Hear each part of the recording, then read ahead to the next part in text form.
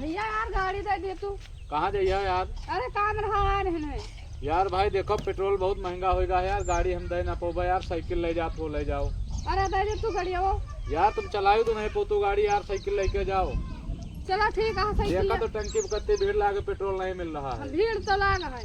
तो साइकिल ले जाओ, पेट्रोल है नहीं ना, और तुम चलाओ नहीं पोतू गाड़ी, साइकिल लेके जाओ। ठीक भैया ठीक जाए साइकिल। इधर से निकल जाओ। ठीक भैया ठीक।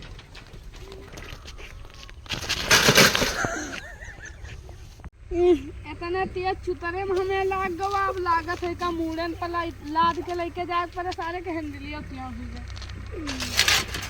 यार मुतंजनवा साइकिल मांग के लेगा है यार, मांगत रहा गाड़ी सार, हम देना नहीं, अबे तकावा नहीं यार साइकिल लेके सार, गाड़ी लेके गवा हो तो और ना होते। इतनी दूरी से हम एक लाद के लाई तहा लागत हम लायू न जा पाए।